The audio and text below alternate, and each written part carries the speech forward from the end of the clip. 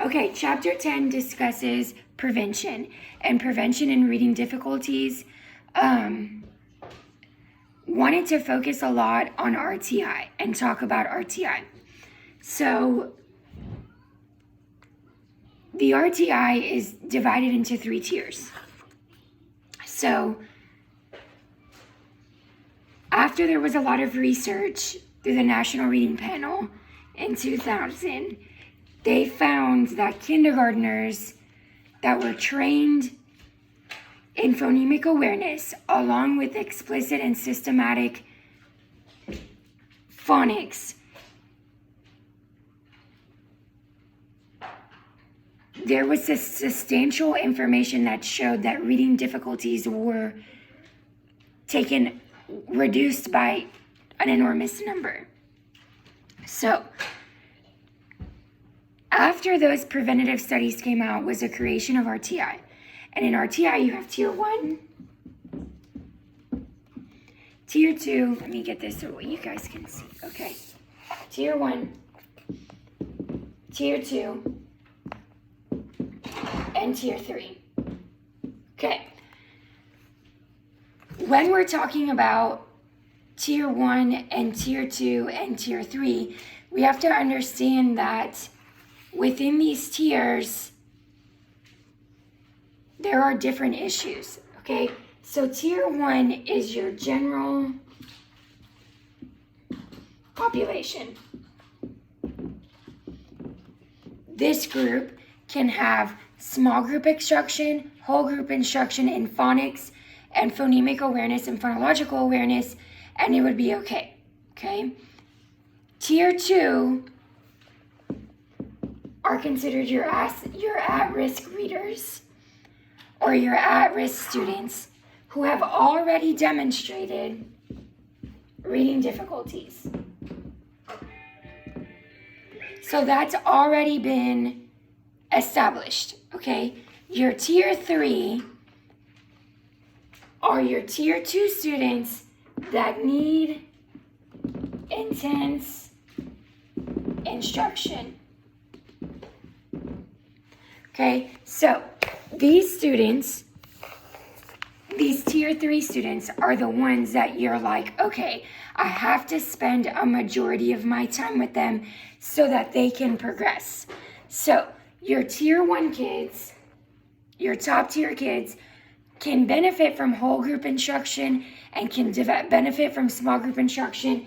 Your tier 2 kids need support in the small group, and your tier 3 kids need individual small group instruction in order for their difficulty to be addressed. Okay, now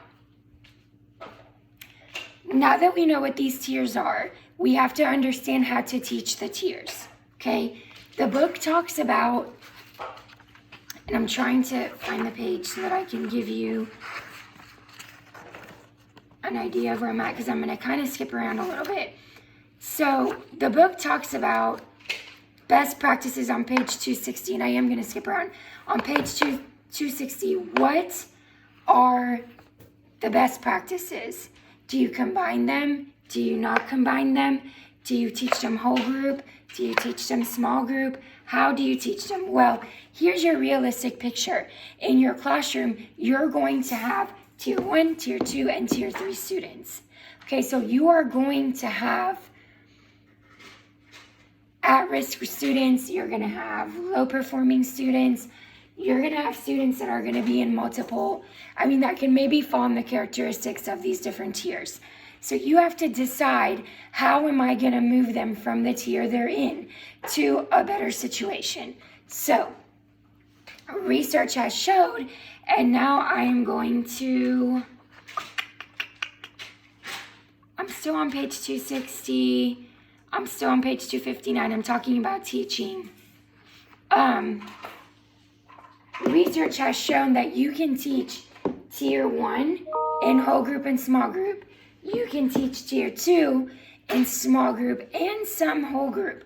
So they can still benefit from whole group instruction. And then there's research that shows that tier 3 needs more individual, intense structure in their learning style of phonics, phonemic awareness, and phonological awareness. So these two tiers, tier 1 and tier 2, can be taught in combination, but they both need time. So your RTI time in school, and I believe in kindergarten and first grade, which is where RTI is really at, first, second grade. By third grade, RTI is really not a thing anymore. You are going to have time to spend with these students. It is up to you to group them correctly and for you to spend the appropriate time with these students and able to move, in order for them to move. So if I have a group of students that are tier 2, I know that I need to meet with them maybe 3 times a week. Where my tier 1 in small group, I can maybe get away with just once or twice a week. My higher performing students in reading, once a week. Once a week, you hear them read, you ask them some comprehension questions, you give them kind of different tasks with wordplay, they're going to be okay. They are ready to read, ready to learn. Tier 2 is about moving them to the next level. So, how am I going to get these tier 2 kids to tier 1? Well, I'm going to meet with these 3 times a week because they need me more than my tier 1s do. My tier 3 kids, every day. Every day that they're school, they get a block of time with me trying to teach them skills.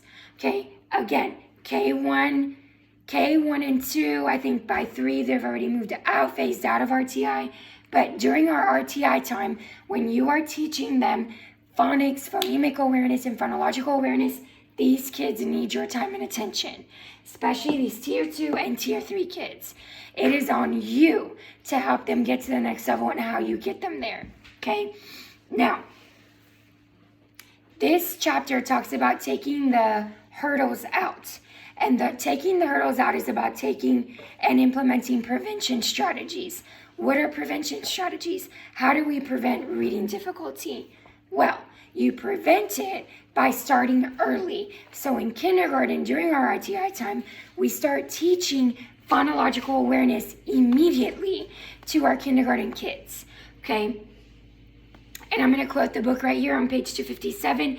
In general, at-risk students trained in phonological awareness in kindergarten outperform comparison to at-risk students in reading by about 13 or more standard score points. That's big. That's a huge gap. So we start immediately in kindergarten implementing phonological awareness with our students and more with our at-risk students in tier 2 and tier 3. So how do we teach phonological awareness? Well, the students have to have an idea of letter sound knowledge, which we know is the alphabetic principle. So when we're talking about teaching them phonological awareness within these tiers and moving them, and that's how we're going to move them to prevent them from being long-term reading difficulty students, we have to talk about how to teach it, okay? And we have to talk about how do we use letters? Do we use letters? Do we teach them orthographically? What is the approach and what's the best approach to use? Kilpatrick says, he says several things. Let's start with phonological awareness is not letters. And let's talk about how phonological awareness is not them being able to recognize letters. It's them being able to use and sound the letters correctly. So there's a difference between knowing that's the letter T and knowing the sound of T. So phonological awareness can be taught with letters, but at the same time, it doesn't solely need to be taught with letters. So Kilpatrick states, the National Reading Panel suggests that phonological awareness training works best when letters are used as prompts. That does not reflect the studies they reviewed. So, their point was that phonological awareness should not be taught as an isolated skill. It needs to be taught and applied with words and letters. So when you're teaching phonological awareness, it can't just be letters. It needs to be the letters with the sounds they make within the word. So I'll give you an example, and I'll give you the example from the book to be specific. So on page 263, okay, as I was saying before, on page 263, it talks about examples of using letters when you're teaching phonological awareness and phonemic awareness. So I'm going to go back to this board. Hopefully you guys can see. So this discussion of using letters and tokens continues in the book for a little while. So what Kilpatrick says is, for example, the word slip. Making sure you can see, okay. If I tell a student, there we go. If I tell a student, say the word slip, slip. Now, remove the S, what does the word say? They should be able to come up with lip without me having to erase or show them this. Okay? What Kilpatrick says is the ability to be able to change and manipulate letters should be automatic. So it shouldn't have to be taught to the student with the letters in front of them.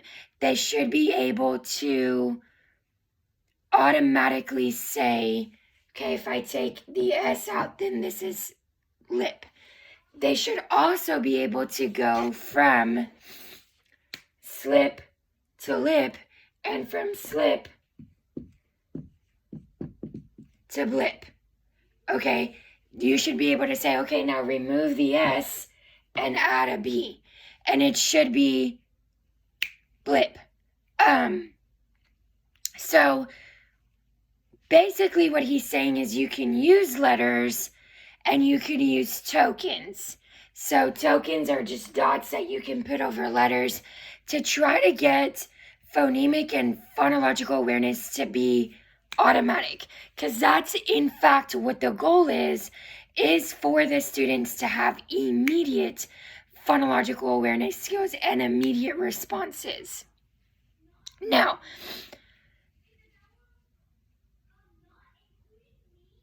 when students get stuck on a certain skill, so maybe it's deletion, segmentation, or addition,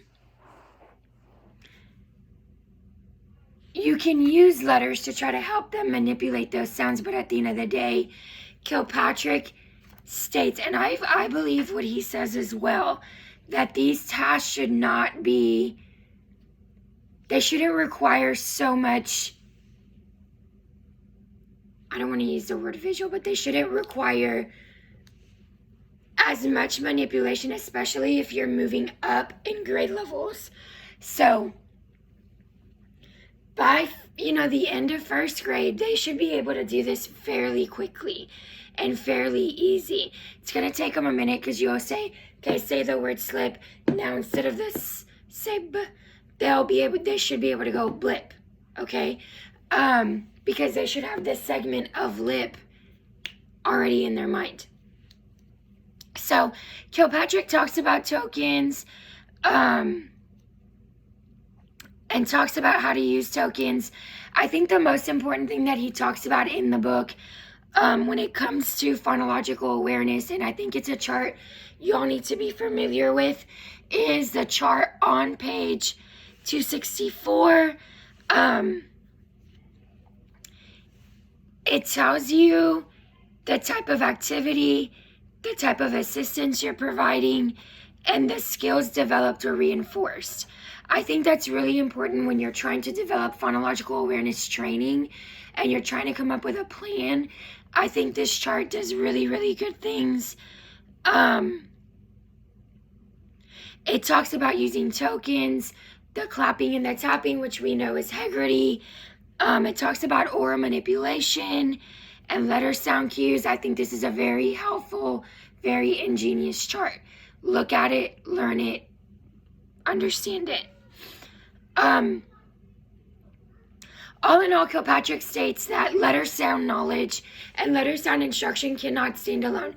You can't just teach them letter sound knowledge. You have to teach them word reading. You have to teach them phonics. You have to teach them phonemic awareness. So you can't just take a piece of the puzzle. You have to have all the pieces working together in order for the student to have a balanced reading approach. So, if I was to just teach phonological awareness to kindergartners, but I wouldn't teach any phonics or any reading comprehension or any phonemic awareness, well, they're not getting a full picture. So they have to get it all in order to have a balanced reading approach and in order for them to become full readers. I like that Kilpatrick talks a little bit about the term explicit and the term systematic. Explicit is clear, concise directions and clear, concise instruction. Systematic is a plan. I'm going to follow this plan and build on this plan to help these students get there. I think that's something that you need to have in your thought process when you are trying to teach these students. You can't just wing it. It needs to be done in a clear, concise, systematic approach. So, when you're planning your reading lessons and when you are planning reading instruction in your future classroom, it has to have a plan. It has to make sense. It has to follow some type of rhyme or reason for it to make sense and for your students to be successful. Kilpatrick also talks about reading comprehension and how kindergarten and first grade students did just as well with just phonics, a phonics-based instruction or a code-based instruction, as students did with whole language and the cueing system. So their reading comprehension scores were alike until they got to higher grades, first and second grade. Then it was like, you need to teach a combination. And if you don't learn anything else, you need to learn that a combination of phonics, of a code system, and of a literacy-based approach is the best approach for these students. And research shows that it needs to be both clear, concise, explicit, systematic phonics, as well as a good reading comprehension, whole language approach together creates the best type of program. On page 269, it begins to talk about practical considerations that you should have when you're teaching letter sound and phonics. And I really want you to understand, if you're going to be teaching the littler grades, how important it is for you to know these things and know them well.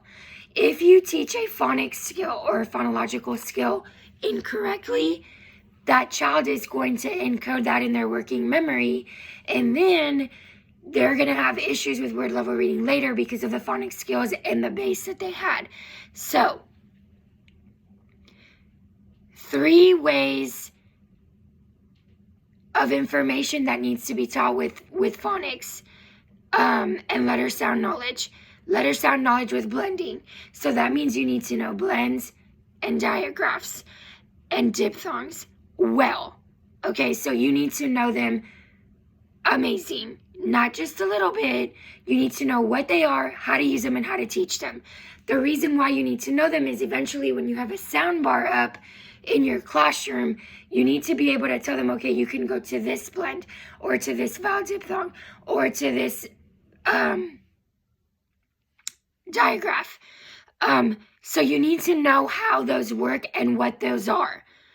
So if you need to have a phonics cheat sheet, I suggest you go over that now and you do that well now so you are aware of the things that you need to be successful in your classroom. You have to know those. Okay, you have to know them.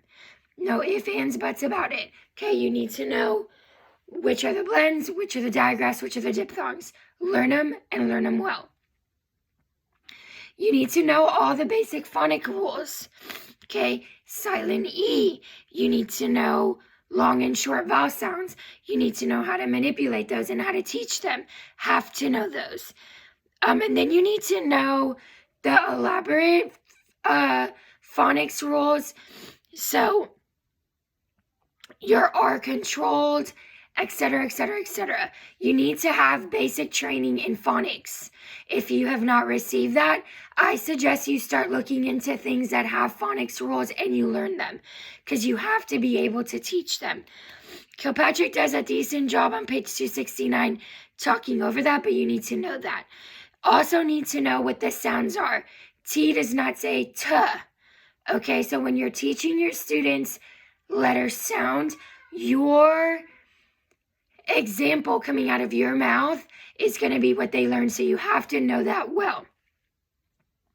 You always start with letter names first. Okay, you don't jump into words, you jump into letter names. Letter sound knowledge always comes first. When you practice the sounds of letters, it's okay for them to have different exposures to it. So, letting them play in shaving cream, letting them touch magnetic letters, letting them see it orthographically and written, letting them have different types of exposure is going to help them learn it and learn it in the long term. Kilpatrick also talks about picture mnemonics and early spelling. I think all of those are good. I was very frustrated in kindergarten where my kids were not held to a better standard with spelling. In kindergarten, it was like, okay, whatever they spell is okay. I don't think that helps them. I think that hurts them. You obviously want them to feel less pressure in kindergarten when they're writing, but I think they need to learn spelling right away, because I think in the long term, there is a connection between spelling and reading and understanding what the written word looks like to be able to store it orthographically and in their long-term working memory. On page 273 is where you get your instruction on digraph blends and diphthongs. I encourage you to look at those. I encourage you to understand them. You're gonna need to work on them. The remainder of the chapter, Kilpatrick talks about from page 275 to about 280 different programs, and I put a question on there in our discussion board about different programs with phonological awareness. And what those programs are up to you to look through them and see which one you like.